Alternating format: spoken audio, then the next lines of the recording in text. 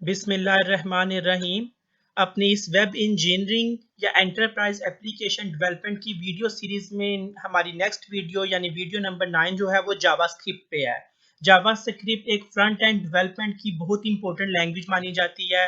Front end application का front end develop करने के लिए आप लोगों को HTML, CSS एंड बूटस्ट्रैप की भी अंडरस्टैंडिंग होनी चाहिए। इसके अलावा सॉफ्टवेयर का बैकएंड बनाने के लिए आप किसी एसक्यूएल सर्वर वगैरह या ओरेकल को इंस्टॉल करते हैं और उसमें डेटाबेसेस को क्रिएट करते हैं। डेटाबेसेस में टेबल्स, कॉलम्स और टेबल्स के दरमियान फिर relationship, primary keys and foreign keys का भी कंसेप्ट हम लोगों ने देखा है।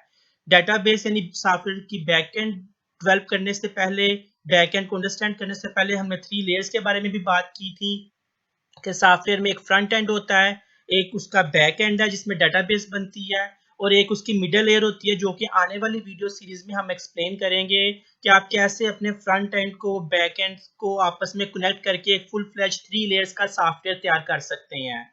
तो फिलहाल इस वीडियो में हम लोग अपने फ्रंट एंड को मजीद आगे लेके चल रहे हैं। फ्रंट एंड में HTML, CSS, बूटस्ट्रैप के बाद हम जो है वो बात करने जा रहे हैं जावास्क्रिप्ट की। मेरी वीडियो सीरीज में, वेब इंजीनियरिंग की वीडियो सीरीज के अंदर आप लोगों ने पहले बहुत सी वीडियोस को फॉलो कर लिया है, जिसमें हमने विजुअल स्टूडियो को इंस्टॉल किया था, HTML, CSS, बूटस्ट्रैप के बाद 3 लेयर्स की बात की थी, उसके बाद SQL सर्वर को इंस्टॉल करके उसमें डेटाबेसेस बनाना सीखी थी। अब वीडियो 9 में हम लोग जो हैं वो जावास्क्रिप्ट की बात स्टार्ट कर रहे हैं। तो जावास्क्रिप्ट मैंने आपको बता दिया कि फ्रंट एंड की एक बहुत ही इंपॉर्टेंट लैंग्वेज है, जिसमें सॉफ्टवेयर की फ्रंट वाली साइड जो कि HTML, CSS, बूटस्ट्रैप और जावास्क्रिप्ट की मदद से बनती है, वो हम इसमें डिजाइन करते हैं, डेवलप करते हैं। जावास्क्रिप्ट की अंडरस्टैंडिंग से पहले बहुत ज़रूरी है कि आप लोग जो है वो 2 तरह की कोडिंग लैंग्वेजेस को अंडरस्टैंड कर लें। एक लैंग्वेजेस को हम क्लाइंट साइड लैंग्वेजेस कहते हैं और दूसरी तरह की लैंग्वेजेस को हम सर्वर साइड लैंग्वेजेस कहते हैं। सर्वर साइड स्क्रिप्टिंग भी कहा जा सकता है। HTML, CSS, जावास्क्रिप्ट ये सब क्लाइंट साइड लैंग्वेजेस समझी जाती हैं, जबकि ASP के अंदर मौजूद 40, 50, 60 लैंग्वेजेस, इसके अलावा PHP, जावा और पाइथन जो है ये सर्वर साइड लैंग्वेजेस समझी जाती हैं। क्लाइंट साइड लैंग्वेजेस और सर्वर साइड लैंग्वेजेस में क्या डिफरेंस है, इसको अंडरस्टैंड करने के लिए पहले आप लोगों को क्लाइंट साइड और सर्वर साइड का डिफरेंस क्लियर करना होगा कि क्लाइंट साइड किसे कहते हैं और सर्वर साइड किसे कहते हैं। तो क्लाइंट साइड और सर्वर साइड की अंडरस्टैंडिंग डेवलप करने के लिए आपको पहले क्लाइंट और सर्वर की अंडरस्टैंडिंग होनी चाहिए कि फेसबुक जो है वो फेसबुक वालों ने किसी सर्वर पे इंस्टॉल की होगी, पूरा फेसबुक का सॉफ्टवेयर बना के कंप्लीट करके उसको किसी सर्वर पे रखा होगा, और आप लोग अपने मोबाइल से या अपने लैपटॉप से या अपने कंप्यूटर से इंटरनेट की मदद से फेसबुक के सर्वर से कनेक्शन बनाते हैं और फेसबुक जो है वो उसको देखते हैं, यूज करते हैं। उसमें आप फ्रेंड लिस्ट देख सकते हैं, अपनी चैट्स देख सकते हैं, अपनी जो चीजें टैग की हैं वो सब आप जो है वो देख सकते हैं। तो आप जो कंप्यूटर, जो मोबाइल या जो लैपटॉप यूज करते हैं, तो आप जो है वो क्लाइंट होते हैं। आपकी तरह के लाखों करोड़ों क्लाइंट हो सकते हैं फेसबुक के सर्वर के, जो कि इंटरनेट की मदद से फेसबुक के सर्वर तक जो है वो डाटा को, पेजेस को, सॉफ्टवेयर को एक्सेस करते हैं और यूज करते हैं। ये प्रोसेस काम कैसे करता है, क्लाइंट अपने कंप्यूटर पे रिक्वेस्ट भेजता है, अगर उसके पास इंटरनेट की फैसिलिटी अवेलेबल है तो वो लिखता है www.facebook.com। तो आपकी रिक्वेस्ट अमेरिका में फेसबुक के सर्वर पे जाएगी। एक कंप्यूटर जिसमें फेसबुक का सॉफ्टवेयर बना के तैयार करके रखा गया हुआ है, उसमें डाटाबेस भी होगी जिसमें आपका डाटा स्टोर होगा, उसके पास रिक्वेस्ट जाती है। फेसबुक का सर्वर आपको आपको जो है वो फेसबुक का लॉगिन पेज जो है आपके कंप्यूटर स्क्रीन पे दिखा देता है। अच्छा, फेसबुक का सर्वर जो आपको पेज आपकी स्क्रीन पे दिखाता है, तो ये यहाँ पे डिपेंड करता है कि वो फेसबुक का सॉफ्टवेयर किस तरह की प्रोग्रामिंग लैंग्वेज से बनाया गया है। क्या उसको सर्वर साइड कोडिंग से, सर्वर साइड प्रोग्रामिंग से बनाया गया है, या फेसबुक वालों ने अपना सॉफ्टवेयर, अपनी वेबसाइट जो है वो क्लाइंट साइड कोडिंग को यूज करके, क्लाइंट साइड स्क्रिप्ट को यूज करके बनाई है।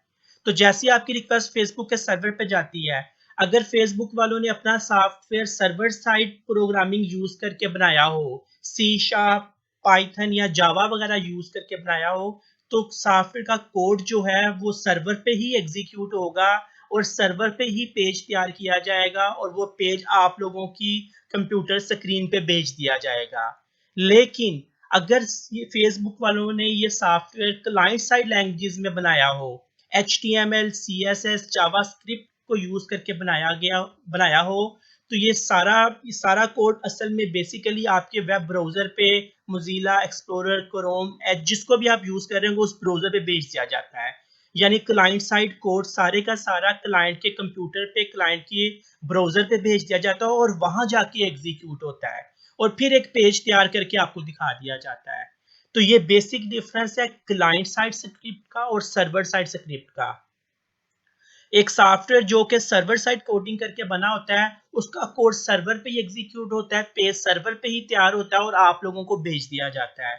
और एक ऐसा सॉफ्टवेयर जिसको client side script, client side coding करके बनाया गया होता है, वो बेसिकली सर्वर से पूरे का पूरा कोड आपको भेज दिया जाता है। आपका ब्राउजर उसके अंदर से क्लाइंट साइड स्क्रिप्ट को, HTML को, CSS को और जावास्क्रिप्ट को एग्जीक्यूट करके पेज तैयार करके आपको आपकी स्क्रीन पे दिखाता है। तो क्लाइंट साइड स्क्रिप्ट और सर्वर साइड स्क्रिप्ट या क्लाइंट साइड प्रोग्रामिंग और सर्वर साइड प्रोग्रामिंग में के कुछ पॉइंट्स हमें क्लियर हो रहे हैं कि HTML, CSS, जावास्क्रिप्ट जो है ये बेसिकली क्लाइंट साइड को टेक्नोलॉजी को रिप्रेजेंट करती हैं। PHP, पाइथन, जावा और ASP.NET की सारी लैंग्वेज जो है ये सर्वर साइड लैंग्वेज है। क्लाइंट साइड कोड एक ऐसा कोड होता है जो कि क्लाइंट की मशीन पे उसके ब्राउजर में आने के बाद चलता है, जबकि सर्वर साइड स्क्रिप्ट ऐसा होता है कि जो कि आपके सर्वर पे रह के एग्जीक्यूट करता है और वहीं पे सारा एग्जीक्यूशन कंप्लीट करने के बाद आपको रिस्पॉन्स जो है वो भेज दिया जाता है। हम कह सकते हैं क्लाइंट साइड कोड जो है वो आपके ब्राउजर पे आके एग्जीक्यूट होता है, जबकि सर्वर साइड कोड जो है वो बैक एंड पे वेब सर्वर पे एग्जीक्यूट होता है।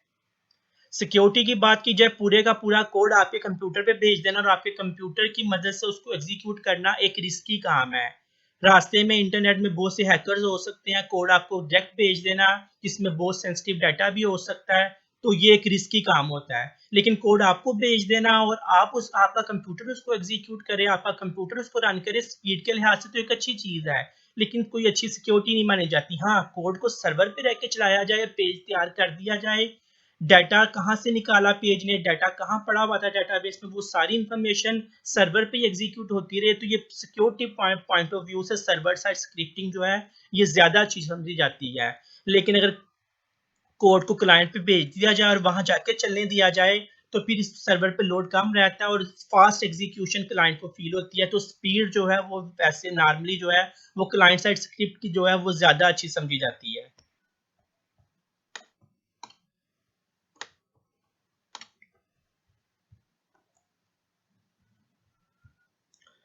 अच्छा, ये इमेज भी क्लाइंट साइड और सर्वर साइड स्क्रिप्ट के बारे में डिफरेंसेस को बता रही है कि क्लाइंट साइड का कोड जो है वो आप लोग देख सकते हैं राइट क्लिक करके प्रॉपर्टीज में जाके। सर्वर साइड का कोड क्योंकि सर्वर पे एग्जीक्यूट होता है तो उसको देखा नहीं जा सकता। सर्वर साइड लैंग्वेजेस को हम नॉर्मली बैकएंड पे डेटाबेस से रिलेटेड अपने सेंसिटिव काम करने के लिए यूज करते हैं, जबकि क्लाइंट साइड को फ्रंट एंड डिजाइन करने के लिए ऐसे कोड के लिए यूज करते हैं जो कि अगर क्लाइंट के पास चला भी जाए तो हमें कोई इशू नहीं है, हमें कोई सिक्योरिटी थ्रेट नहीं है। हाँ, क्लाइंट साइड पे किया हुआ कोड जो है क्योंकि वो इजीली विजिबल है तो ये लेस सिक्योर है, जबकि सर्वर साइड वाला कोड ज्यादा सिक्योर है। HTML, CSS, JavaScript client side की एग्जांपल्स हैं, जबकि PHP, पाइथन, ASP की सारी लैंग्वेज, जावा जो है ये सब जो है ये सर्वर साइड टेक्नोलॉजी की लैंग्वेज है। एक डिफरेंस मैंने आपको पहले भी बता दिया है कि क्लाइंट साइड क्योंकि क्लाइंट के कंप्यूटर पे आके चलती है, क्लाइंट के कंप्यूटर की प्रोसेसिंग को यूज करती है, तो इसका आप जो है वो इसमें efficiency, speed, performance better feel करेंगे as compare to server side language जो उसने के सर्वर पे रह के चलना है। इस बात को हम मजीद अंडरस्टैंड कर सकते हैं। लेट्स से आप लोगों ने का एक फॉर्म बना हुआ है जिसमें आप लोगों से कहा जा रहा है कि आप यूजर नेम लिखें, कोई ईमेल एड्रेस लिखें और पासवर्ड लिखें, और पासवर्ड 8 कैरेक्टर्स कम से कम होना चाहिए। अच्छा, अगर आपका ये वाला पेज जावास्क्रिप्ट यानी फ्रंट एंड या क्लाइंट साइड लैंग्वेज यूज करके बना हो, तो जैसे ही आप अपना नेम लिखना शुरू करेंगे या नेम छोड़ के आगे ईमेल लिखना शुरू करेंगे तो यहाँ पे रेड कलर का वो फौरन शो कर देगा दिस फील्ड इज रिक्वायर्ड। और जैसे ही आप ईमेल एड्रेस लिखना शुरू करेंगे तो वो फौरन आपको एरर देगा कि यहाँ पे आपने ईमेल एड्रेस को ठीक नहीं लिखा, इसमें @ क्यों नहीं लगाया। यहाँ पासवर्ड लिख रहे होंगे तो वो फौरन कहना शुरू हो जाएगा कि आपने पासवर्ड का साइज जो है वो 8 कैरेक्टर्स क्यों नहीं रखा हुआ इसमें, कैपिटल या स्मॉल है। क्योंकि क्योंकि अगर आपका पेज, आपका ये सारा कोड जो कि नेम लिखने के लिए मजबूर कर रहा है, ईमेल एड्रेस का फॉर्मेट चेक कर रहा है, पासवर्ड का साइज चेक कर रहा है, अगर ये सारा कोड जावास्क्रिप्ट में लिखा गया हो तो जैसे ही आप लिखना शुरू करेंगे तो कोड तो आपके पेज पे ही है, कोड तो पेज के अंदर ही है, तो जैसे लिखना शुरू करेंगे वो फौरन आपको पकड़ लेगा कि नहीं आप इसको पहले ठीक करें, ये ईमेल एड्रेस ठीक नहीं है। हाँ, अगर यही कोड सर्वर साइड स्क्रिप्टिंग को यूज करके, सर्वर साइड लैंग्वेज को यूज करके लिखा गया होता तो आप अपना यूजर नेम लिखते या ना लिखते, ईमेल एड्रेस में @ लिखते या ना लिखते, प्रॉपर ईमेल एड्रेस ठीक ना भी लिखते, और पासवर्ड का साइज भी 8 कैरेक्टर से कम होता, उसमें कैपिटल स्मॉल केस बेशक ना लिखे होते, तो उसने आपको कोई एरर शो नहीं करनी थी, क्योंकि कोड इस कंप्यूटर पे नहीं है जिसने आपकी एरर को पकड़ना है। हाँ, लेकिन जैसे आपने क्रिएट अकाउंट का बटन दबाना था तो आपका जो है आपकी रिक्वेस्ट सर्वर पे जानी थी और सर्वर पे वहां पे कोड चलना था, उसने चेक करना था कि क्या इन्होंने नाम भेजा है कोई, क्या इन्होंने ईमेल एड्रेस ठीक भेजी है कि नहीं, क्या इन्होंने पासवर्ड ठीक भेजा कि नहीं, और उस कोड ने सर्वर पे रहते हुए चेक करना था और आपको आंसर देके 2 3 4 5 10 सेकंड के बाद, डिपेंड करता है कि आपका नेट कैसा चल रहा है, आपके सामने ये पेज खुलना था और उस पर लिखा होना था कि ये रिक्वायर्ड है, ईमेल एड्रेस ठीक नहीं लिखा, पासवर्ड नहीं लिखा।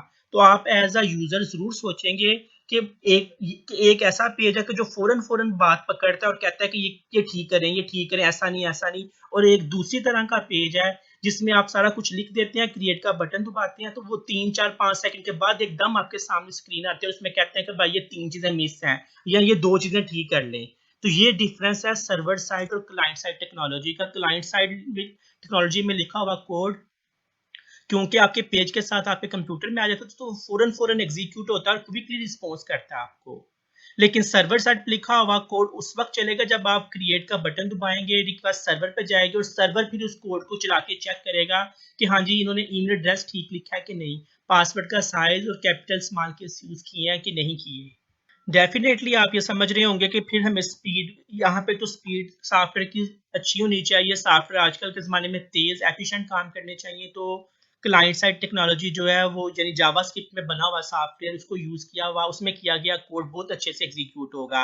लेकिन आप ये देखें कि ईमेल एड्रेस सबको पता है कि @ यूज़ होता है, एंड पे डॉट भी आना होता है, सबको पता है कि पासवर्ड का साइज जो है वो 8 कैरेक्टर होना चाहिए, कैपिटल ए, स्मॉल ए, सब चीजें यूज होनी चाहिए, इसमें कोई रॉकेट साइंस नहीं। अगर आप ये वाला कोड जावास्क्रिप्ट में लिख भी देंगे और ये क्लाइंट के कंप्यूटर पे चला भी जाएगा, कोई इसको कोड को देख भी लेगा, तो ये कौन सा बहुत बड़ा सीक्रेट है जिसमें आपने कोड में लिखा हुआ है कि ईमेल एड्रेस के अंदर @ है कि नहीं, ये चेक करना है, पासवर्ड का साइज 8 है कि नहीं, ये यानी कि ऐसा कोड है कि जो आम है, इसको क्लाइंट के कंप्यूटर पे भेज देना और वहां जाकर चलवा लेना, कोई इतना बड़ा इशू नहीं है।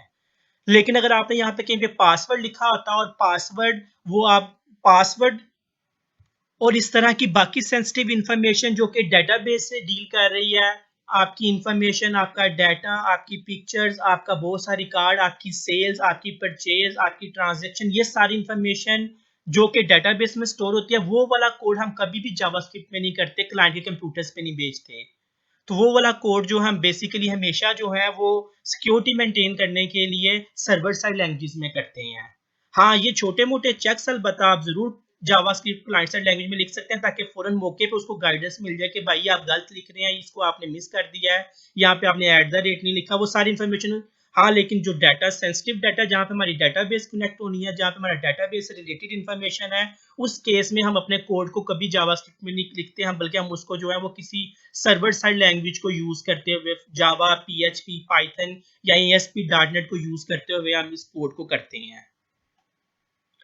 तो सवाल ये पैदा होता है कि फिर क्या हमारा सॉफ्टवेयर स्पीड वाला होना चाहिए, यानी जावास्क्रिप्ट यूज होनी चाहिए क्लाइंट साइड टेक्नोलॉजी, या फिर वो सिक्योर होना चाहिए जिसमें कि सर्वर साइड टेक्नोलॉजीज यूज की गई हो, C# लैंग्वेज या ASP.NEट की अदर लैंग्वेजेस, या फिर जावा या पाइथन वगैरह यूज की गई होनी चाहिए।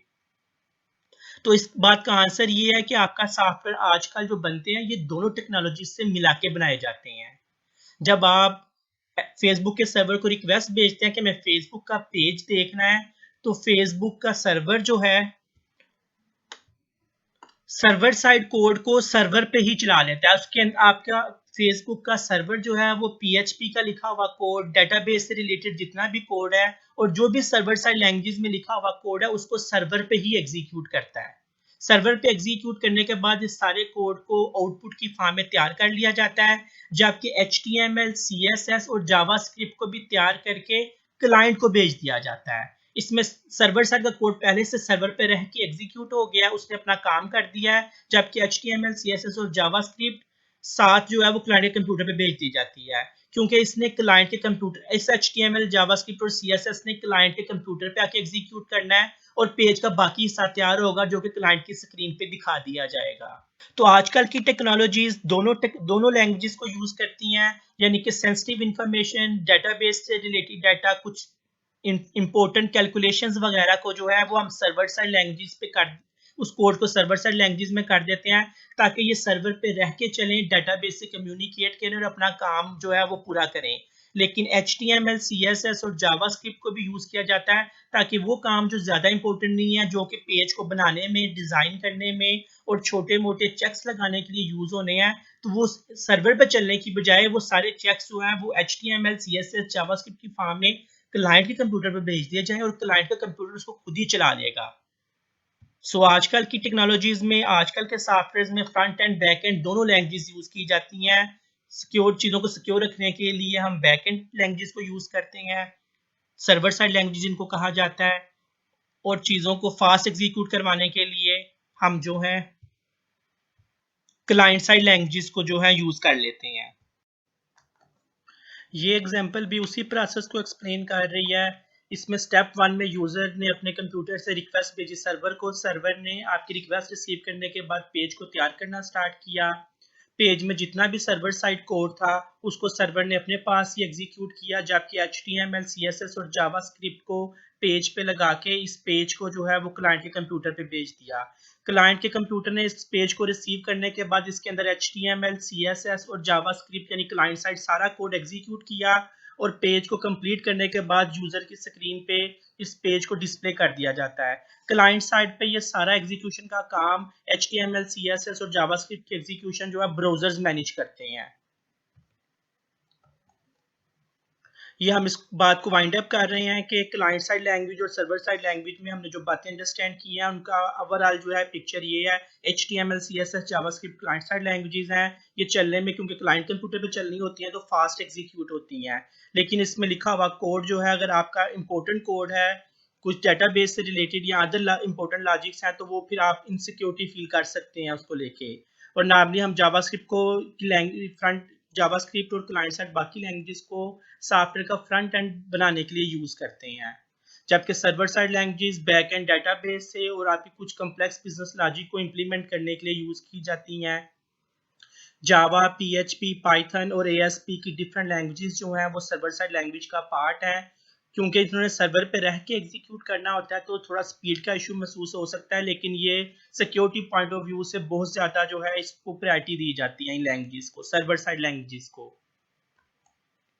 अब क्वेश्चन यहाँ पे ये पैदा होता है कि एज अ स्टूडेंट या एज अ डेवलपर जब जिस लैपटॉप पे आप लोग काम कर रहे होते हैं, क्या वो लैपटॉप एक सर्वर होता है या वो आपका लैपटॉप जो है वो एक क्लाइंट कंप्यूटर होता है? तो इस बात का आंसर ये है कि आपका कंप्यूटर सर्वर भी होता है और क्लाइंट भी होता है सेम टाइम पे, क्योंकि आप जब एज अ डेवलपर या एज अ स्टूडेंट डिफरेंट तरह के डेवलपमेंट के प्रोग्रामिंग के टूल्स इंस्टॉल करते हैं, विजुअल स्टूडियो इंस्टॉल करते हैं, और उसके बाद आप उसमें डेटाबेस के लिए ओरेकल, SQL सर्वर या माई SQL इंस्टॉल करते हैं, तो आप बेसिकली अपने कंप्यूटर को आप एक जो है वो सर्वर बना रहे होते हैं जिसमें आप लोग कोडिंग करेंगे, डेटाबेसेस बनाएंगे, डाटा को उसमें स्टोर किया जाएगा। लेकिन जैसे ही आप इस कोड को एग्जीक्यूट करते हैं, चलाते हैं, तो उसी कंप्यूटर में, उसी सर्वर के अंदर आपका कोड एग्जीक्यूट होता है, और एग्जीक्यूट होने के बाद आपके उसी कंप्यूटर के ब्राउजर में आपका सॉफ्टवेयर चल के आपके सामने डिस्प्ले हो जाता है। यानी इसी कंप्यूटर के अंदर कोड है, इसी कंप्यूटर के अंदर डेटाबेस है, और जब आप उस कोड को एग्जीक्यूट करते हैं तो उसी कंप्यूटर के ब्राउजर के अंदर आपका पेज तैयार करके आप लोगों को दिखा दिया जाता है। तो इस वक्त एज अ डेवलपर जब आप काम करते हैं, जब एज अ स्टूडेंट आप लोग काम करते हैं, तो आपका कंप्यूटर बेसिकली क्लाइंट भी होता है। जब वो आपके कोड को एग्जीक्यूट करके डिस्प्ले करता है तो वो क्लाइंट कंप्यूटर वाला काम कर रहा होता है। और जब आप उसमें कोड करके डेटाबेस बना के उसको तैयार कर रहे होते हैं, अपना सॉफ्टवेयर बना रहे होते हैं, तो उस वक्त वो इस वक्त एक सर्वर के तौर पे काम कर रहा होता है। अब यहाँ पे एक और क्वेश्चन अराइज होता है कि आप लोग अपने को लैपटॉप को या अपने सॉफ्टवेयर को जो है फिर वो सेपरेटली सर्वर और सेपरेटली क्लाइंट कैसे बना सकते हैं। तो उस बात का आंसर ये है कि अगर आप लोग चाहते हैं कि आपका सॉफ्टवेयर जो है वो सिर्फ आपके ही लैपटॉप पे ना चले बल्कि बाकी दूसरों के कंप्यूटर्स पे भी चले, तो आपको चाहिए कि आपको अपने सॉफ्टवेयर के अंदर से जो आपने टूल इंस्टॉल किया है विजुअल स्टूडियो, जो कोडिंग की है, जो डेटाबेस बनाई है, उस सब के सब को अपने लैपटॉप से निकाल के आप किसी अच्छे सर्वर पे, किसी अच्छी मशीन पे इंस्टॉल कर दें, रेडी कर दें। अच्छी मशीन का मतलब ये है कि अगर इसमें इसमें 100, 200, 1000, 2000, 10 लाख, करोड़ लोग भी इस मशीन को एक्सेस करने की कोशिश करें, तो ये मशीन जो है ये स्लो ना हो। आपका लैपटॉप शायद सिर्फ एक या दो यूजर को सपोर्ट कर सकता होगा, मल्टीपल यूजर को सपोर्ट नहीं कर सकता। इसलिए पहला काम आपने ये करना है कि अपने लैपटॉप से ये सारा कुछ जो आपने कोडिंग किया, जो डेटाबेस बनाई है, जो विजुअल स्टूडियो इंस्टॉल किया है, जो एसक्यूएल सर्वर या ओरेकल इंस्टॉल किया, वो सब आप किसी अच्छे कंप्यूटर पे इंस्टॉल करें। अच्छा, ये कंप्यूटर अभी भी सारी दुनिया को एक्सेसिबल नहीं होगा जब तक कि आप इस पे इंटरनेट अवेलेबल नहीं करते, इस पे लाइव आईपी डिप्लॉय नहीं करते हैं, आप कोई प्रॉपर जो है इसकी कॉन्फ़िगरेशन सेटिंग नहीं करते हैं, तो ये ना आपके लैपटॉप पे एक्सेस होगा ये वाला सॉफ्टवेयर सर्वर वाला, और ना बाकी दुनिया के कंप्यूटर्स पे एक्सेस किया जा सकता है। तो आपको कुछ नेटवर्किंग के टर्म्स के अंदर जाके, नेटवर्किंग कंसेप्ट के अंदर जाके आपको अपने सर्वर को कॉन्फ़िगर करना होगा, इसको ऐसे सेट करना होगा ताकि इसको पूरी दुनिया एक्सेस कर सके।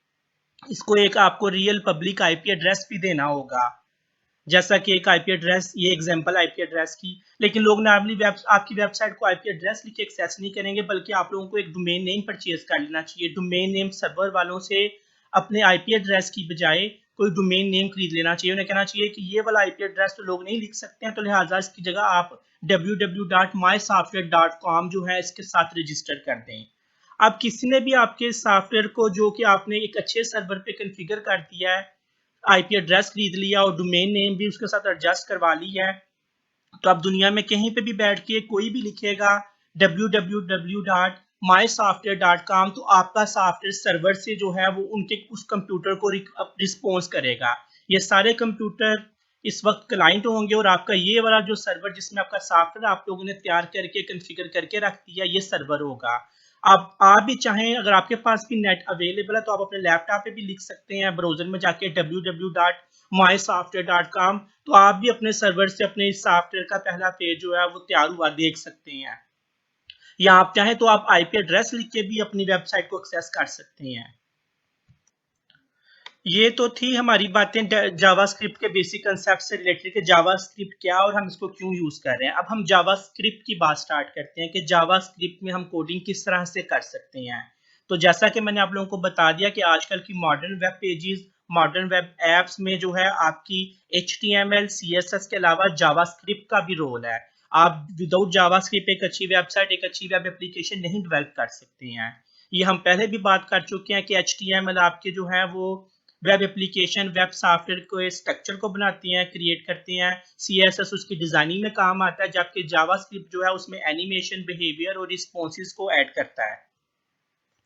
ये एग्जांपल भी उसी चीज को एक्सप्लेन कर रही है कि HTML जो है आपके पेज का स्ट्रक्चर बनाएगा, CSS की मदद से आप उसकी प्रेजेंटेशन, डिजाइनिंग एंड बाकी अदर चीजें जो है वो उसकी उसमें ऐड अप करेंगे, जबकि जावास्क्रिप्ट की मदद से आप उसमें फंक्शनैलिटी, उसमें रिस्पॉन्स और उसमें डिफरेंट तरह की जो है वो बिहेवियर जो है वो ऐड किए जा सकते हैं। ये इमेज भी एक्सप्लेन कर रही है कि HTML का पर्पस पेज का स्ट्रक्चर बनाना है, जबकि CSS का पर्पस उस वेबसाइट की स्टाइलिंग है, और जबकि जावास्क्रिप्ट का पर्पस उस वेब पेजेस या उस वेबसाइट में इंटरएक्टिविटी और फीचर्स और उसमें जो है फंक्शनैलिटी ऐड करना है। बटन आप HTML में बना सकते हैं, बटन का डिजाइन जो है वो आप CSS की मदद से करेंगे, और उस बटन पे क्लिक करके आपने क्या करवाना है वो काम आपको जो है वो जावास्क्रिप्ट में करना पड़ेगा। हाँ, वो काम कितना इंपॉर्टेंट है, क्या जावास्क्रिप्ट में करना सिक्योर है या हम उसको किसी सर्वर साइड लैंग्वेज में करें, तो ये डिसीजन जो है ये आप खुद करते हैं कि हमें इस वक्त जो है क्या क्लाइंट साइड लैंग्वेज में अपना ये काम कर दें, हमारा कोड क्लाइंट के कंप्यूटर पर चला जाए तो कोई रिस्क तो नहीं है। अगर आपको लगता है कि नहीं नहीं नहीं हमने डाटाबेस में से ये काम चेक करना है, डाटाबेस से हमारा कनेक्शन बनना है, तो फिर आप जावास्क्रिप्ट में कोड करने की बजाय किसी सर्वर साइड लैंग्वेज में वो फंक्शंस लिखते हैं, वो अपने फीचर्स को सर्वर साइड लैंग्वेज में हैंडल कर लेते हैं ताकि आपकी सिक्योरिटी मेंटेन रहे। जावास्क्रिप्ट की बात को मजीद आगे लेके चलते हैं। जावास्क्रिप्ट में तो जो है वो डिफरेंट टाइप्स की जावास्क्रिप्ट है, जैसे कि हमने सीएसएस की वीडियो में देखा था, इनलाइन, इंटरनल और एक्सटर्नल सीएसएस होती हैं। तो सिमिलरली जावास्क्रिप्ट भी जो है वो इनलाइन, इंटरनल और एक्सटर्नल जो है वो अवेलेबल है। इनलाइन जावास्क्रिप्ट एक ऐसी जावास्क्रिप्ट जो किसी एचटीएमएल के एक टैग के अंदर लिखी जाती है, ये मैं अभी आपको करके दिखाता हूँ। इंटरनल जावास्क्रिप्ट एक ऐसी जावास्क्रिप्ट जो कि हेड के टैग के अंदर या बॉडी के टैग के अंदर लिखी जाती है और हम इसको किसी स्क्रिप्ट के टैग में लिखते हैं, ये इंटरनल जावास्क्रिप्ट है। क्योंकि ये एचटीएमएल के पेज के अंदर लिखी जाती है इसलिए हम इसको इंटरनल कहते हैं। जबकि एक्सटर्नल जावास्क्रिप्ट जो है वो एचटीएमएल के पेज में नहीं लिखी जाती बल्कि एक अलग पेज बनाया जाता है जिसके एंड पे एक्सटेंशन .html नहीं होती, .javascript होती है, और हम इस सेपरेट पेज को मल्टीपल पेजेस के साथ लिंक कर सकते हैं। जावास्क्रिप्ट इंटरनल या एक्सटर्नल क्यों यूज की जाती है, दोनों में से कौन सी बेहतर है? तो इसका आंसर भी सीएसएस की तरह है कि अगर आप किसी एक पेज पे यूज करना चाहते हैं और फास्टली यूज करवाना चाहते हैं तो आप उस पेज के अंदर जावास्क्रिप्ट लिख लें। लेकिन अगर आप चाहते हैं कि आपकी जो है वो जावास्क्रिप्ट जो है वो मल्टीपल पेजेस पे एक्सेप्ट हो, तो मल्टीपल पेजेस पे एक्सेस हो सके, तो आप लोगों को अपनी जावास्क्रिप्ट को जो है किसी अलग फाइल में रखना पड़ता है ताकि वो मल्टीपल पेजेस के साथ लिंक की जा सके। इसी तरह से जब आपने जावास्क्रिप्ट किसी अलग फाइल में रखी होगी तो उसमें चेंजेस करना आसान होगी। हर फाइल के अंदर जावास्क्रिप्ट होगी तो चेंजेस करना जो है वो मुश्किल हो जाएगा। इसी तरह से अगर जावास्क्रिप्ट आपने एक जगह पे लिखी होगी तो आपको कोड जो है जावास्क्रिप्ट के उन फंक्शंस को रीयूज करना भी आसान हो जाएगा। नॉर्मली जब थोड़ा सा कोड लिखना होता है जावास्क्रिप्ट का तो डेवलपर जो है वो एचटीएमएल पेज के अंदर ही हेड में या बॉडी में जो है जावास्क्रिप्ट का कोड लिख देते हैं। लेकिन ज्यादा कोड के केस में और जब मल्टीपल पेजेस पे कोड को यूज करना हो और जब बार बार चेंजेस करना हो तो बहुत बेहतर है किसी एक जगह पे जावास्क्रिप्ट लिखी गई हो जिसको हम जो है मल्टीपल पेजेस से भी लिंक कर लें और चेंजेस भी करनी हो तो किसी एक जगह पे ही चेंज करना पड़े। अब मैं आप लोगों को जावास्क्रिप्ट की इन 3 टाइप्स के बारे में प्रैक्टिकली करके दिखाता हूँ कि प्रैक्टिकली इनलाइन, इंटरनल और एक्सटर्नल जावास्क्रिप्ट जो है ये कैसे हम काम कर सकते हैं। जावास्क्रिप्ट को इनलाइन कैसे लिखा जाता है, जावास्क्रिप्ट पेज के अंदर कैसे लिखी जाती है और जावास्क्रिप्ट को जो है एक सेपरेट जेएस पेज में कैसे लिखा जाता है। तो इसके लिए मैं विजुअल स्टूडियो ओपन कर रहा हूँ और इस विजुअल स्टूडियो के अंदर एक नया HTML पेज बनाने लगा हूँ। विजुअल स्टूडियो में प्रोजेक्ट पे राइट क्लिक करके न्यू आइटम और पेज हम सर्च कर सकते हैं। यहाँ पे मुझे HTML पेज चाहिए। इस बार मैं विजुअल स्टूडियो कोई और यूज कर रहा हूँ, विजुअल स्टूडियो 2022 है तो प्रोजेक्ट की टाइप थोड़ी सी डिफरेंट है, लेकिन आप इसको इग्नोर करें। आप बस ये अज्यूम करें कि मैंने उसी तरह के प्रोजेक्ट में, उसी तरह के विजुअल स्टूडियो में एक नया HTML पेज ऐड किया है, जिस तरह से हम पहले भी पेजेस HTML और CSS के ऐड करते रहे हैं। ये पेज आप लोगों के सामने आ गया। मैं इस पेज के टाइटल में लिख रहा हूँ माई जावास्क्रिप्ट पेज और इस पेज की बॉडी में मैं एक बटन ऐड कर रहा हूँ, बटन इनपुट टाइप बटन, और बटन के अंदर हम कुछ भी लिख देते हैं, क्लिक मी। और अब हम इसमें फंक्शनैलिटी ऐड करने लगे हैं, CSS नहीं लगाने लगे, हम इस पे जावास्क्रिप्ट की कोई फंक्शनैलिटी ऐड करने लगे हैं। जैसा कि जब इस बटन पे क्लिक हो, ऑन क्लिक, जब इस बटन पे क्लिक हो तो ये बटन क्या करे, तो मैं यहाँ पे लिख रहा हूँ कि ये बटन रिटर्न करेगा विंडो, इस विंडो पे एक अलर्ट को, विंडो डॉट अलर्ट। ये जावास्क्रिप्ट का एक फंक्शन है जो कि आपकी विंडो पे एक अलर्ट शो करेगा। अलर्ट क्या शो करेगा उसको हम सिंगल कोटेशन में लिख सकते हैं, आई एम एन अलर्ट। ये मैंने एक अलर्ट मैसेज लिख लिया, बटन का टैग क्लोज है। ऑन क्लिक पे मैंने जो है वो कहा है कि विंडो डॉट अलर्ट जो है वो डिस्प्ले हो। इस पेज को मैं रन कर रहा हूं, बल्कि पूरे प्रोजेक्ट को रन करने की बजाय मैं इस पेज को व्यू इन ब्राउजर कर लेता हूं। सेव कर लिया, व्यू इन ब्राउजर किया,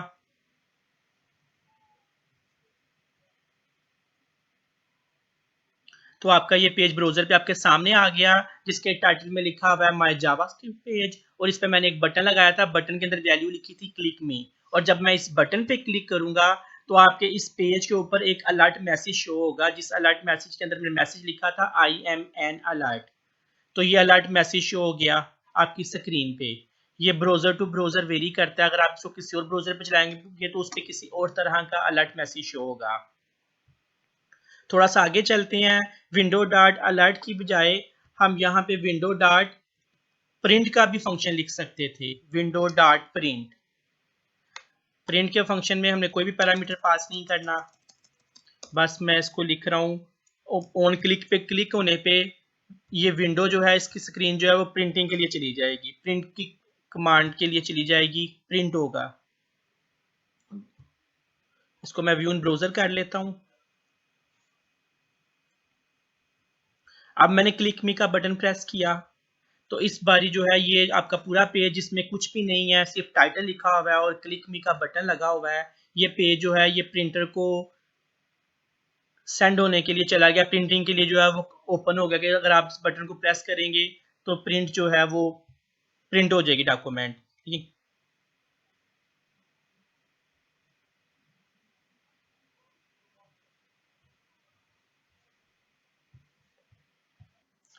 ये हम वापस आ गए हैं अपने अपने कोडिंग वाले पोर्शन पे विजुअल स्टूडियो में।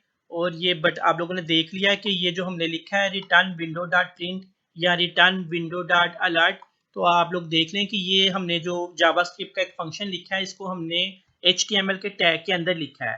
तो ये बेसिकली इनलाइन जावास्क्रिप्ट यूज हो रही है एक टैग की लाइन के अंदर।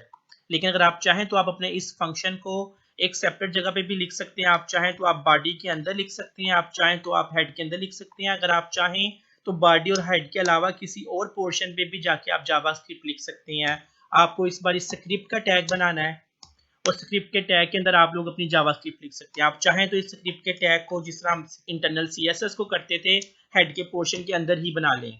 हेड के पोर्शन के अंदर स्क्रिप्ट का टैग बना लिया और मैं इसके अंदर एक फंक्शन क्रिएट करूंगा। फंक्शन का नाम कुछ भी हो सकता है, लेट्स से मैंने इसका नाम रख दिया माय फंक्शन। माय फंक्शन की बॉडी हो गई और इसकी बॉडी में मैं क्या लिख रहा हूं, मैं इसकी बॉडी में लिख रहा हूं रिटर्न विंडो डॉट प्रिंट। ये फंक्शन क्या करेगा, ये विंडो डॉट प्रिंट वाली स्टेटमेंट को जो है वो एग्जीक्यूट करेगा। सेमीकोलन लगाया जा सकता है, सेमीकोलन आप चाहते तो यहाँ पे भी लगा सकते थे। फिलहाल अब हम ऑन क्लिक पे window dot print directly call नहीं करेंगे, बल्कि हम ऑन क्लिक पे हम एक फंक्शन कॉल करेंगे जिस फंक्शन का नाम है माय फंक्शन।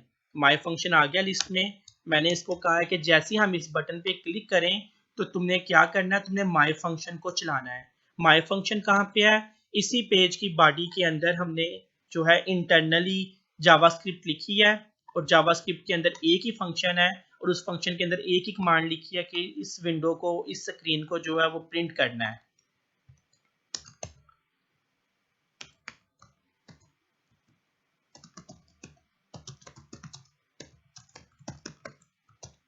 अब मैं इस पेज को आप लोगों के लिए चला रहा हूं ताकि देखें कि अब ये फंक्शन जो है वो इंटरनली लिखा गया है, पेज की लाइन के अंदर नहीं लिखा गया। इसको व्यू इन ब्राउजर कर रहा हूं तो ये आपका पेज था। जैसे मैंने क्लिक मी का बटन प्रेस किया तो आपका ये वाला पेज जो है ये प्रिंट होने के लिए जो है वो चला गया कि आप बटन दबाएंगे तो ये प्रिंट हो जाएगा। तो ये थी हमारी एग्जांपल इंटरनल जावास्क्रिप्ट की। एक जावास्क्रिप्ट जो कि टैग की लाइन के अंदर लिखा जाएगा, इन लाइन है। एक ऐसी जावास्क्रिप्ट जो कि पेज के अंदर लिखी जाए, टैग के अंदर नहीं लिखी गई।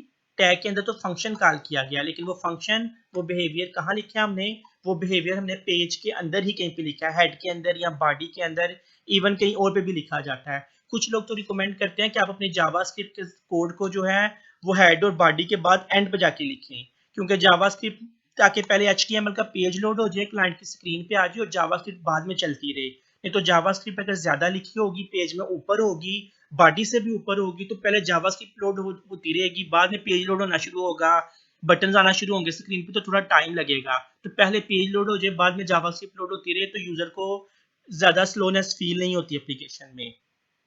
हम मूव कर रहे हैं, हम अपने इस जावास्क्रिप्ट फंक्शन को यहाँ से कट कर रहे हैं ताकि हम इसको एक्सटर्नल जावास्क्रिप्ट की मदद से जो है वो अब करके दिखा सकें। इस केस में मुझे क्या करना होगा, मुझे एक नया पेज बनाना होगा और वो जावास्क्रिप्ट का पेज होगा। HTML का पेज नहीं चाहिए इस बारी मुझे। इस बारी मुझे CSS केस में स्टाइल शीट पेज लिया था हमने, .css पेज, लेकिन इस केस में मुझे जावास्क्रिप्ट फाइल चाहिए जिसके एंड पे .js लिखा हुआ आ रहा होगा। जावास्क्रिप्ट के पेज का नाम हम चेंज नहीं कर रहे, हम इसको ऐसे ही ऐड कर रहे हैं अपने प्रोजेक्ट के अंदर। हमारे इस प्रोजेक्ट में अब दो पेजेस हो गए हैं, एक HTML पेज .html और एक जावास्क्रिप्ट पेज .javascript के नाम से। मैं इस जावास्क्रिप्ट पेज के अंदर जो कोड कट किया था उसको जो है वो मैं पेस्ट कर रहा हूँ, बल्कि इसको दोबारा लिख लेते हैं। स्क्रिप्ट का टैग हमने बनाया था, यहाँ पे इसको स्क्रिप्ट का टैग वैसे नहीं चाहिए होगा क्योंकि ये पेज HTML का नहीं है। HTML पेज पर अगर आपने जावास्क्रिप्ट लिखनी हो तो आपको स्क्रिप्ट का टैग चाहिए होता है। क्योंकि हम HTML पेज पे काम नहीं कर रहे, इस केस में हम जावास्क्रिप्ट के पेज पे हैं, तो आपको यहाँ पे स्क्रिप्ट का टैग नहीं चाहिए होगा। आप बस अपना फंक्शन का नाम लिखेंगे कि एक फंक्शन बना दो माय फंक्शन के नाम से, और वो फंक्शन क्या करे, वो फंक्शन विंडो को प्रिंट करवा दे। ठीक है, अब मैं इस बटन को प्रेस करूंगा तो माय फंक्शन एग्जीक्यूट नहीं होगा क्योंकि माय फंक्शन तो अब इस विंडो पे, इस पेज पे नहीं है। तो मुझे पहले आपके इस जावास्क्रिप्ट के पेज को आपके इस पेज के साथ लिंक करना होगा। तो लिंक करने का तरीका यह है कि आप जावास्क्रिप्ट के पेज को ड्रैग ड्रॉप करके जिस तरह CSS के पेज को किया था हेड में लिंक कर दें। लिंक का टैग नहीं बना, स्क्रिप्ट का टैग बना है जिसमें ये लिखा हुआ है कि हमारा जावास्क्रिप्ट का पेज जो है, javascript.js पेज जो है, वो इस पेज, इस यहाँ पे इसकी भी स्क्रिप्टिंग यूज होगी इस HTML पेज के अंदर। मैं विजुअल स्टूडियो 2022 इस्तेमाल कर रहा हूँ और इसमें प्रोजेक्ट जो है ये .NET कोर का प्रोजेक्ट है, तो इसको आप इग्नोर करें बिल्कुल। आप अपने विजुअल स्टूडियो में जिसको हमने स्टार्ट से स्टार्ट किया था उसी को यूज करेंगे तो वो आपका विजुअल स्टूडियो काम करेगा और आपको सोर्स भी चेंज करने की जरूरत नहीं होगी। अलबत्ता सोर्स में जावास्क्रिप्ट की फाइल जो भी नाम था, जो भी उसकी डाट एक्सटेंशन की .js, वो मैंने लिख दी है और मैं इसको चला रहा हूँ। इसको कंपाइल कर लिया। कंपाइल करने के बाद अब मैं इस पेज को जो है वो ब्राउजर पे व्यू कर सकता हूँ। माय क्लिक का बटन प्रेस किया तो ये पेज जो है ये प्रिंट होने के लिए तैयार है। इस बारी क्लिक पे माय फंक्शन को चलाया है, लेकिन माय फंक्शन इस पेज में नहीं है। इस पेज में एक जावास्क्रिप्ट के पेज का लिंक लगा हुआ है और माय फंक्शन फिर कहाँ पे है? माय फंक्शन जो है वो एक सेपरेट जावास्क्रिप्ट की फाइल के अंदर है। तो ये थर्ड टाइप ऑफ जावास्क्रिप्ट हो गई, एक्सटर्नल जावास्क्रिप्ट, जिसमें हमने जावास्क्रिप्ट को एक सेपरेट फाइल जो कि JS फाइल है उसमें लिखा है, जबकि इसको हमने अपने HTML पेज के साथ लिंक कर लिया। इससे पहले जो हमने एग्जांपल की थी उसमें हमने जो है वो इंटरनली लिखा था यहाँ पे जावास्क्रिप्ट को, बल्कि उससे पहले जो हमने एग्जांपल की थी उस केस में हमने जावास्क्रिप्ट को जो है वो बॉडी में, बल्कि टैग की लाइन के अंदर यहाँ पे लिखा था, कुछ ऐसा। अच्छा, ये बात हो गई हमारी 3 टाइप्स की जावास्क्रिप्ट की, इंटरनल जावास्क्रिप्ट, एक्सटर्नल जावास्क्रिप्ट और ये इनलाइन जावास्क्रिप्ट। इनलाइन जावास्क्रिप्ट में हम लोगों ने विंडो डॉट अलर्ट का फंक्शन शो किया था, विंडो डॉट प्रिंट का फंक्शन शो किया है, और यहाँ पे हम जो है वो मजीद फंक्शंस की बात कर लेते हैं। विंडो डॉट ओपन का फंक्शन भी यूज कर सकते हैं आप। विंडो डॉट ओपन जावास्क्रिप्ट का एक फंक्शन है जो कि एक नई विंडो ओपन करेगा। नई विंडो कौन सी ओपन होगी हमने नहीं पास की, उस नई विंडो को कोई इंफॉर्मेशन के पैरामीटर पास करनी है, कोई स्ट्रिंग पास करनी है, नहीं की। उस नई विंडो के फीचर्स क्या होंगे? फीचर्स में हम कुछ लिख देते हैं, लेट से नई विंडो की जो हाइट है, हाइट जो है वो 300 होगी और साथ इसकी विड्थ जो है वो भी 300 होगी। तो अब मैं बटन प्रेस करूंगा क्लिक मी वाला। क्लिक मी के बटन प्रेस होने पे जैसे बटन क्लिक होगा तो एक नई विंडो ओपन होगी, एक एम्प्टी विंडो ओपन होगी जिसको कोई पैरामीटर भी पास नहीं किए। अलबत्ता उस विंडो की हाइट और विड्थ 300 और 300 होगी। इसको मैं चलाता हूं, व्यू इन ब्राउजर कर रहा हूं कंपाइल करने के बाद। तो ये बटन आ गया क्लिक मी का। क्लिक मी का बटन जैसे ही मैं प्रेस करूंगा तो ये देखिए कि विंडो ओपन हो गई है। जावास्क्रिप्ट के फंक्शन ने एक नई विंडो ओपन कर दी है। इस विंडो की हाइट कितनी है? 300 पिक्सल्स। इस विंडो की विड्थ कितनी है? 300 पिक्सल। थोड़ा सा चेंज करते हैं इसको, 300 की बजाय 500 पिक्सल्स कर लेते हैं, 500 और 400 कर लिया। और यहाँ पे मैं लिखता हूँ कि विंडो एम्प्टी ओपन नहीं करनी बल्कि http://google.com ओपन करना है, यानी गूगल की विंडो, गूगल वाला पेज ओपन करना है। हाइट विड्थ उसकी ये होगी, एक नई विंडो ओपन हो जैसे ही बटन पे क्लिक हो, क्लिक मी वाले बटन पे। इसको मैं फिर से कंपाइल कर रहा हूँ और इसको व्यू इन ब्राउजर कर लेते हैं। विजुअल स्टूडियो 2022 यूज कर रहा हूँ तो कंपाइल करना पड़ रहा है मुझे बार बार। क्लिक मी का जैसे ही बटन प्रेस किया तो अब एक नई विंडो ओपन हुई है। उस नई विंडो की हाइट और विड्थ भी चेंज हो गई है और उस नई विंडो में अब इस वक्त जो है वो एम्प्टी विंडो ओपन नहीं हुई बल्कि उसके अंदर जो है वो गूगल की एप्लीकेशन जो है वो रन कर रही है। वापिस चलते हैं अपने कोड में।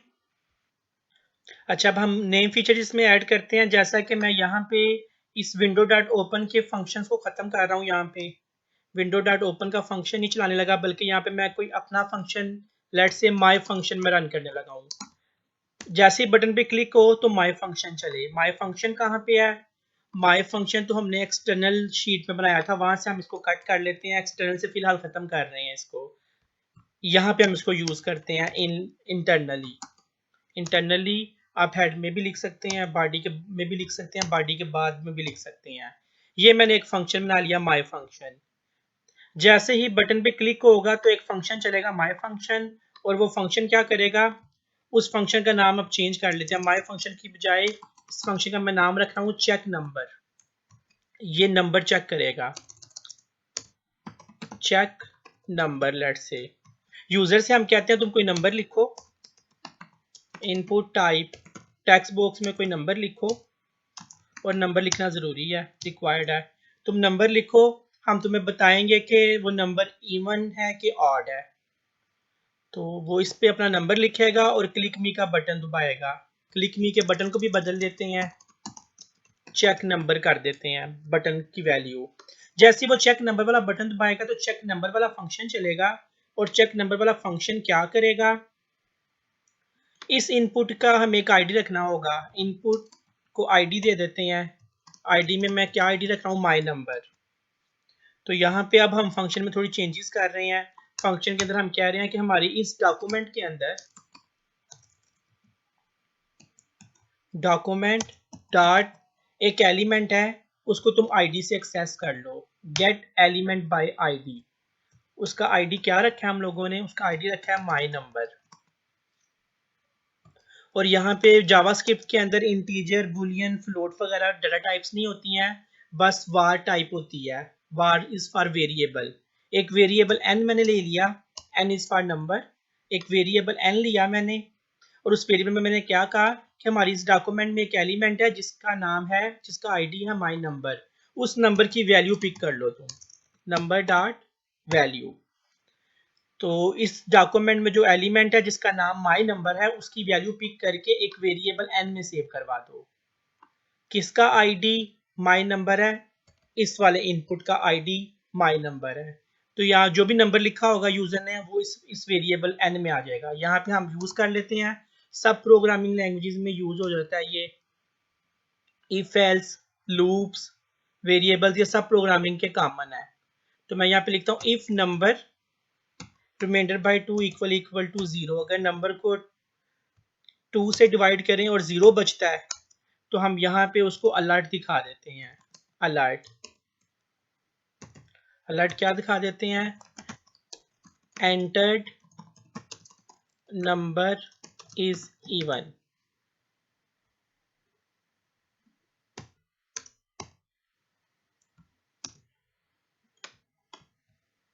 एल्स भी बनाया जा सकता है इसके साथ, जिस तरह इफ बनाया है एल्स, और एल्स में हम यही वाला मैसेज दोबारा दिखा देते हैं, एंटर्ड नंबर इज ऑड। अगर नंबर 2 से पूरा पूरा डिवाइड हो गया तो हम कह देंगे कि आपने इवन नंबर एंटर किया है, नहीं तो अगर हम उसे कह देंगे कि आपने ऑड नंबर एंटर किया है, you entered an odd number. कोई भी मैसेज दिखाया जा सकता है। अलर्ट आप लोगों को पता है, विंडो डॉट अलर्ट लिख लें या खाली अलर्ट लिख लें तो ये काम करेगा। विंडो डॉट अलर्ट भी लिखा जा सकता है यहाँ पे। इसको मैं चलाता हूँ। जैसे ही यूजर एक नंबर लिखेगा हम उस नंबर को पिक करके चेक करेंगे कि क्या वो नंबर इवन है कि ऑड है।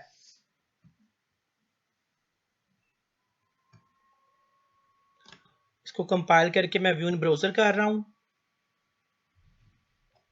और यहाँ पे हमने नंबर लिखा 22 और चेक नंबर का बटन दबाया तो स्क्रीन पे मैसेज लिखा हुआ है, स्क्रीन पे अलर्ट आ गया, entered number is even. Okay.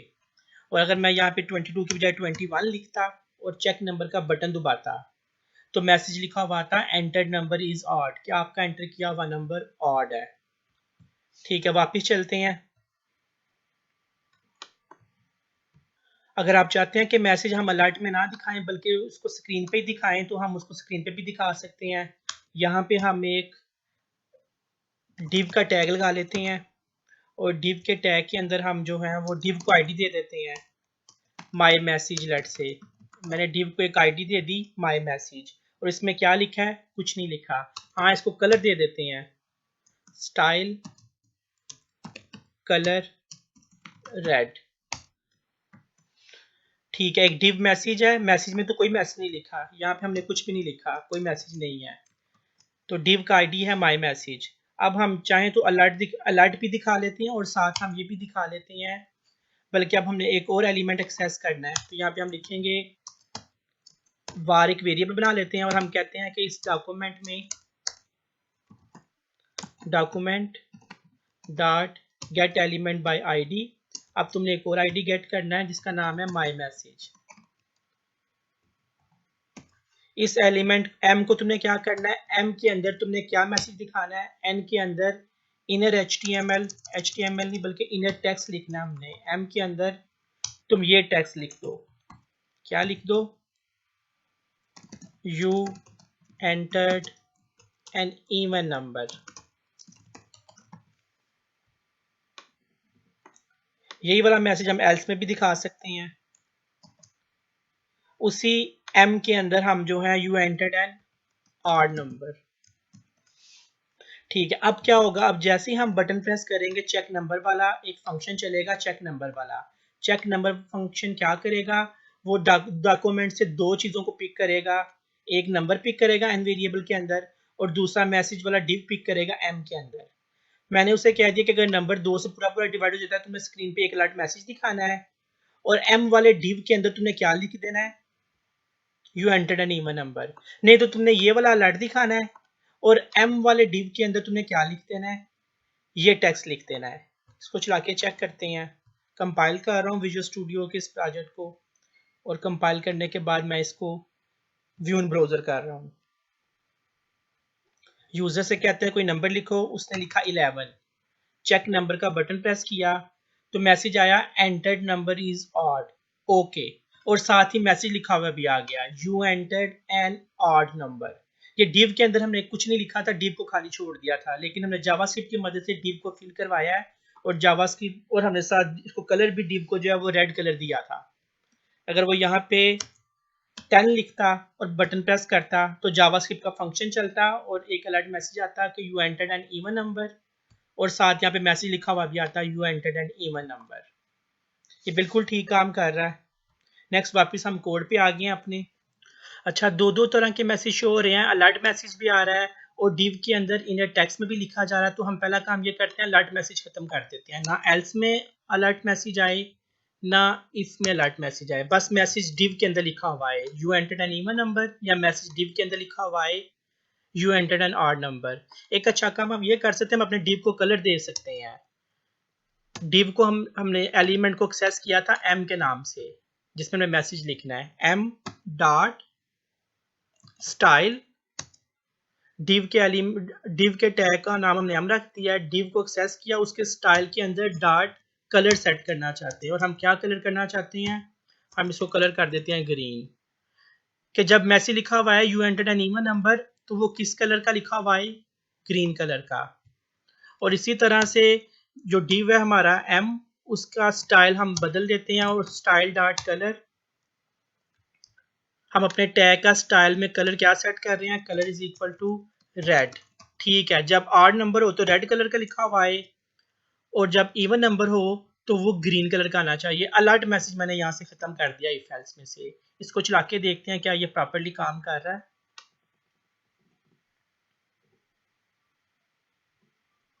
मैं पहले इसको कंपाइल कर लेता हूँ।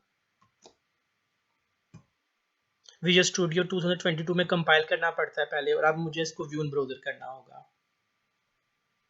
ठीक है, मैं कोई नंबर लिखता हूँ 100 और चेक नंबर का बटन दबाया तो अलर्ट मैसेज इस बार ही नहीं आया, लेकिन div के अंदर मैसेज लिखा हुआ आया you entered an even number, और ये ग्रीन कलर का लिखा हुआ आया है। और अगर मैंने 99 लिखा होता और चेक नंबर का बटन दबाता तो लिखा हुआ आता you entered an odd number, और ये इसका कलर रेड होता। वापिस आ रहे हैं कोड पे। अच्छा, यहाँ पे हम जो है एक एक्स्ट्रा काम करते हैं। एक प्रोग्रेस बार होती है HTML में, प्रोग्रेस। तो मैंने एक प्रोग्रेस लगा ली। प्रोग्रेस को भी कोई आईडी दे देते हैं, इसको मैं कह रहा हूँ माई प्रोग्रेस। प्रोग्रेस क्या होती है वो भी मैं आपको दिखा देता हूँ। इसको मैं कहता हूँ कि इसकी बाय डिफॉल्ट वैल्यू मैं सेट कर रहा हूँ 0, प्रोग्रेस बार खाली होगी, और इसकी मैक्सिमम वैल्यू मैं सेट कर रहा हूँ 100। एक प्रोग्रेस बार भी लगा ली। एक टेक्स्ट बॉक्स है जिसमें यूजर नंबर लिखता है, एक डिव है जिसमें हम मैसेज दिखाते हैं, एक प्रोग्रेस बार है जिसमें प्रोग्रेस शो होगी, और एक जो है वो बटन है जिस पे क्लिक करने पे एक फंक्शन चलता है। फंक्शन चेक करता है कि नंबर इवन है कि ऑड है। वो ग्रीन या रेड कलर में आपको मैसेज दिखा देता है कि नंबर इवन है कि ऑड है। प्रोग्रेस बार को भी एक्सेस करना होगा अपने इसी के फंक्शन के अंदर। तो मैंने एक लाइन फिर कॉपी पेस्ट करके लिख लिया है। इसका नाम मैं रख रहा हूँ P document dot gate element by ID. एक और एलिमेंट तुमने गेट करना है, इस डॉक्यूमेंट में लगाया हमने, और उस एलिमेंट का नाम है progress, my progress. My progress को तुमने क्या करना है, यूजर जो भी नंबर लिखेगा प्रोग्रेस डॉट वैल्यू तुम वही सेट कर देना। हमारी प्रोग्रेस का नाम है पी, और p की वैल्यू तुम क्या सेट कर देना, p की वैल्यू सेट कर देना जो भी यूजर ने नंबर लिखा होगा n। इफ के केस में भी ऐसा ही करना, एल्स के केस में भी ऐसा ही करना। प्रोग्रेस की वैल्यू 0 सेट की हुई थी हमने, लेकिन तुमने क्या वैल्यू सेट कर देनी है जो भी यूजर ने नंबर n एंटर किया होगा। इसको मैं चला रहा हूँ, हम इसको व्यू इन ब्राउज़र कर लेते हैं।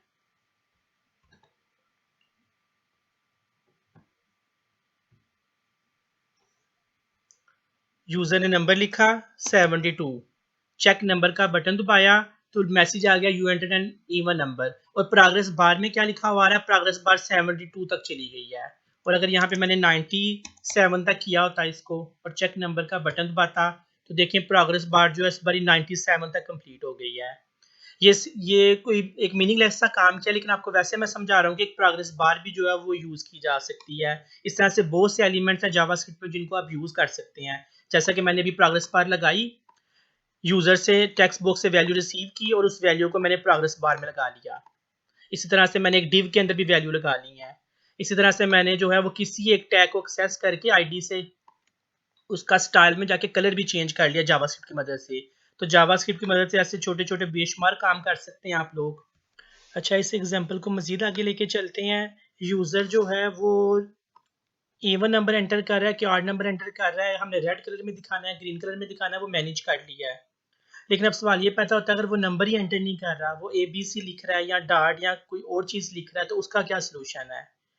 तो इसको भी हम ऐड करते हैं, लेकिन आप एक बात और ये देख लें कि लाजमी नहीं कि हम ऑन क्लिक पे ही, बटन क्लिक करने पे ही कोई इवेंट चलाएं जावास्क्रिप्ट का। इस वक्त मैं वैसे इनलाइन जावास्क्रिप्ट यूज कर रहा हूँ, सॉरी इंटरनल जावास्क्रिप्ट यूज कर रहा हूँ जो कि डॉक्यूमेंट की फाइल के अंदर यूज हो रही है। तो अभी मैं क्या करने जा रहा हूँ, अब मैं ऑन क्लिक इवेंट कॉल करने की बजाय जैसे ही कोई की प्रेस होती है टेक्स्ट बॉक्स के अंदर यूजर कोई नंबर लिखता है तो मैं कहता हूँ ऑन की प्रेस, कि जैसे ही कोई की प्रेस होती है तो तुमने ये वाला फंक्शन चलाना है। कौन सा फंक्शन चलाना है,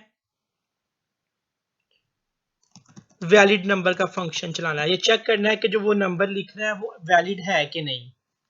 अच्छा, एक फंक्शन ये है जो कि बटन प्रेस करने पे चलेगा, और एक फंक्शन ये है जो कि जैसे ही कोई भी कीबोर्ड से की प्रेस होगी वो फंक्शन खुद ही चल जाएगा। वो फंक्शन भी हम इस स्क्रिप्ट के अंदर बना लेते हैं। नॉर्मली लोग स्क्रिप्ट के टैग के अंदर टाइप मेंशन करते हैं, टाइप में लिखते हैं कि जावास्क्रिप्ट लिख रहे हैं, तो हम भी इस कन्वेंशन को फॉलो कर सकते हैं। स्क्रिप्ट के टैग के अंदर हम लिख सकते हैं कि हम जावास्क्रिप्ट यूज कर रहे हैं, क्योंकि स्क्रिप्ट तो कहते हैं कोड को, और इसकी और बहुत सी टाइप्स हो सकती हैं, यानी कि हम कोई भी प्रोग्रामिंग की टाइप यहाँ पे यूज कर सकते हैं। ये देखें, तो बहुत सी टाइप का कोड होता है, तो नॉर्मली साथ मेंशन कर दिया जाता है कि जावास्क्रिप्ट का कोड लिखने जा रहे हैं, हम भी कर देते हैं मेंशन। अच्छा, हम बात कर रहे थे कि ऑन क्लिक के अलावा फंक्शन को हम की प्रेस पे भी चला सकते हैं। जैसे ही कोई कीबोर्ड से की प्रेस हो तो ये वाला फंक्शन चलेगा। ये फंक्शन कहाँ पे है? इस वक्त जावास्क्रिप्ट के अंदर तो सिर्फ एक ही फंक्शन है, तो मैं यहाँ पे एक और फंक्शन लिख लेता हूँ, फंक्शन जिसका हमने नाम सोचा था कि इसका नाम होगा वैलिड नंबर। फंक्शन का नाम होगा ये फंक्शन वैलिड नंबर। इस फंक्शन की भी बॉडी बना लेते हैं। अच्छा, इस फंक्शन को हम की डायरेक्ट भी पास कर सकते हैं कि जैसे की प्रेस की एक इवेंट परफॉर्म हुआ तो हम कह देंगे कि जो भी इवेंट परफॉर्म हुआ है वो इवेंट जो है ना वैलिड नंबर वाले फंक्शन को एज अ पैरामीटर पास कर दो। की प्रेस करना या माउस का क्लिक होना एक इवेंट है, तो जो भी इवेंट हुआ है, जैसे ही वो की प्रेस हुई है, एक इवेंट हुआ है, तो वो इवेंट भी तुम एज अ पैरामीटर भेज दो। इवेंट ई को हम यहाँ पे रिसीव कर सकते हैं किसी भी वेरिएबल के अंदर, मैं उसका नाम ई रख रहा हूँ। तो जैसे ही यूजर कोई नंबर लिखेगा यानी कोई कीबोर्ड से की प्रेस करेगा तो ये फंक्शन ऑटोमेटिकली चल जाएगा। यह फंक्शन उस नंबर को रिसीव करेगा, पैरामीटर को रिसीव करेगा, और हम उसका जो है वो कोड निकाल लेंगे कि वो जो नंबर एंटर किया गया है वो किस टाइप का है, नंबर विच टाइप का है। अच्छा, इनकी टाइप, ये सब नंबर के सारे कीबोर्ड की जो कीज हैं इनके नंबर्स होते हैं, इनको इनको डिफाइन किया गया हुआ है। 0 से लेके 255 नंबर्स होते हैं। ए का अपना एक नंबर है, स्मॉल ए का अपना एक नंबर है, इसी तरह से कैपिटल ए का अपना एक नंबर है, डॉट का कॉमा का अपना एक नंबर है, डॉट का अपना एक नंबर है। तो ये नंबर्स जो है ये मैंने आप लोगों को निकाल के दिखाए हैं अभी अभी। ये देखें, गूगल पे मैंने लिखा है कि मुझे एसकी कोड टेबल दिखाओ, और उसमें वो बता रहा है कि ये डार्ट को जो है वो 46 नंबर से रिप्रेजेंट करते हैं, 0 को 48 नंबर से, 1 को 49 से, तो 0 से लेके 9 तक जो है वो 48 से 57 तक रिप्रेजेंट किया जाता है। टोटल ये 255 तक जाता है टेबल। इस टेबल को आप चेक कर सकते हैं। वापस जा रहा हूं कोड में। अच्छा, यूजर ने जैसे ही कोई वैलिड नंबर, कोई अपना नंबर, कोई की प्रेस की, हमने उस इवेंट को ई को रिसीव कर लिया और हमने यहाँ पे चेक लगा दिया इफ फंक्शन चल जाया करेगा, हर की प्रेस पे फंक्शन चल जाएगा। तो मैं लिख रहा हूं इफ ई डॉट, जो नंबर आया है वो नंबर 48 से शुरू होने चाहिए, 48 से बड़ा भी हो सकता है, और वो नंबर जो भी उसने नंबर प्रेस किया है वो नंबर कम होना चाहिए या 57 तक हो जाए। 48 से 57 तक वो नंबर होने चाहिए। अगर ऐसा है तो तुमने क्या रिटर्न करना है? रिटर्न ट्रू, नहीं तो रिटर्न फॉल्स। इसको मैं आपको अब समझाने लगा हूं इस कोड को कि मैंने क्या लिखा है यहाँ पे। Return true else return false. अच्छा, 48 से 857 का क्या मतलब है? उसने जो भी की प्रेस की वो एक इवेंट प्रेस हुआ, इवेंट को मैंने रिसीव किया, इवेंट का मैंने नंबर गेट किया कि इसका नंबर क्या है, और मैंने कंडीशन लगाई अगर इवेंट का नंबर जो की प्रेस हुई है अगर वो 48 से लेके 57 नंबर वाली है तो ठीक है, इसको लिखे रहने दो, नहीं तो उसको तुम्हें फॉल्स रिटर्न करना है, उस की को चलने नहीं देना। 48 से 57 तक की मैंने क्यों परमिशन दी है? 48 भी चल जाएगा, 48 से बड़े, और 57 तक चल जाएंगे, 57 से कम वाले भी चल जाएंगे। क्यों? क्योंकि 48 जीरो को रिप्रेजेंट करता है, और इस तरह से 49, 50, 0 से लेके 9 तक के नंबर 48 से लेके 57 तक रिप्रेजेंट होते हैं। इनके आस्की कोड हैं ये।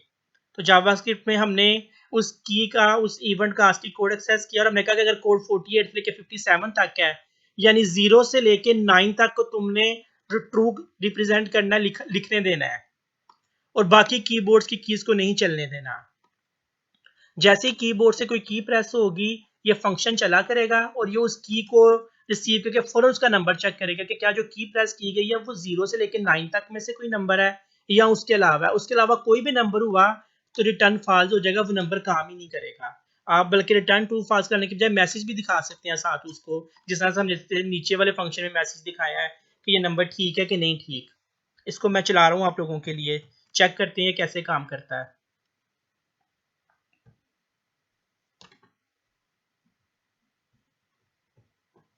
फ्यून ब्राउजर कर रहा हूँ। जैसे यूजर इसके अंदर कोई नंबर लिखेगा, उसने लिखा 6 तो 6 इसने लिखने दिया है, 7 भी लिखने दिया है। चेक नंबर का बटन दबाएंगे तो हमारा पुराने वाला काम होगा कि जो आपने नंबर लिखा है वो एक ऑड नंबर है और साथ वो प्रोग्रेस बार भी आ गई।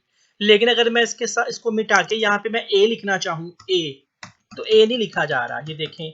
या मैं बी सी डी कोई कुछ भी लिखूंगा, कोई भी की काम नहीं कर रही, ना ये ब्रैकेट काम कर रही है, ना ये डॉट, ना ये कॉमा। अलबत्ता अगर ये मैं नंबर प्रेस करूँ तो नंबर लिखे जा रहे हैं। ये कैसे हो रहा है? क्योंकि जैसे ही की प्रेस होती है, जैसे ही कोई भी की प्रेस होती है, तो ये फंक्शन ऑटोमेटिकली चलता होगा हर की प्रेस करने पे, और जल्दी से वो उस नंबर को चेक करता है कि ठीक है, अगर नंबर 48 से 57 वाले कोड वाला है, यानी 0 से लेके 9 प्रेस हो रहा है, तो तुमने इसको लिखने देना है, अदरवाइज इसको चले ही ना। तो ये हम जावास्क्रिप्ट के जो है दो तरह से फंक्शन भी हम निकाल कर लिया, एक ऑन की प्रेस पे और दूसरा ऑन क्लिक पे। जावास्क्रिप्ट बेसिकली हम जो है वो डिफरेंट टाइप की वैलिडेशंस लगाने के लिए यूज करते हैं। जावास्क्रिप्ट के फंक्शंस लिखे जाते हैं ताकि हम चेक कर सके ईमेल का फॉर्मेट ठीक है कि नहीं, CNIC का फॉर्मेट ठीक है कि नहीं, इसी तरह से यूजर ने कुछ लिखा है कि नहीं किसी फील्ड को रिक्वायर्ड बनाने के लिए। इस तरह के बहुत से काम हम जो है वो जावास्क्रिप्ट का बेसिक रोल जो है वो वैलिडेशंस में है। हम इसमें से डिफरेंट तरह के चेक्स लगाते हैं, डिफरेंट तरह की वैलिडेशंस के लिए इसको यूज करते हैं। तो गूगल पे आप कोई भी जावास्क्रिप्ट का फंक्शन कहेंगे तो बने बनाए फंक्शन मिल जाते हैं। जिस तरह से ये फंक्शन है, इस तरह से बने बनाए फंक्शन मिलेंगे। अगर आप गूगल से बोलेंगे कि मुझे बस की प्रेस नंबर वाली ही की प्रेस करनी है, तो इस तरह से 2-3 लाइन का फंक्शन मिल जाएगा। फंक्शन आप कॉपी पेस्ट कर सकते हैं और उसका यहाँ पे जो है वो इवेंट का नाम लिख सकते हैं उस टेक्स्ट फील्ड के अंदर या उस बटन के अंदर। तो सारे फंक्शन अवेलेबल हैं। जावास्क्रिप्ट की जो है बहुत एक्सटेंडेड अब लाइब्रेरी अवेलेबल है, इसमें बहुत सा कुछ जो है वो सालों साल भी लोग जो है वो इसको सीखते रहते हैं। इसमें बहुत कुछ है, लेकिन जावास्क्रिप्ट का जो बेसिक स्ट्रक्चर है मैंने आपको बता दिया, इसकी 3 टाइप्स बता दी हैं। जावास्क्रिप्ट पे क्लिक करके इससे कुछ मैंने आपको बिल्ट इन फंक्शन दिखा दिए हैं, अलर्ट का, विंडो डॉट ओपन का, विंडो डॉट प्रिंट का। इस तरह से ऑन क्लिक करके जावास्क्रिप्ट का एक फंक्शन बना के मैंने फंक्शन आपको चला के दिखा दिया है। ना सिर्फ ऑन क्लिक के अलावा बल्कि ऑन की प्रेस होने पे खुद ही भी एक फंक्शन चलता है। जैसे कीबोर्ड से कोई भी की प्रेस करेंगे वो एक खास किस्म का फंक्शन चल सकता है। अच्छा, अगर जावास्क्रिप्ट से आगे मूव करें, जावास्क्रिप्ट से हम थोड़ा सा आगे चलने की कोशिश करें तो हमें जो है वो बने बनाए डिजाइन भी मिल जाते हैं नेट से, जिसमें जो HTML, CSS, जावास्क्रिप्ट और बूटस्ट्रैप को मिला के बने होते हैं।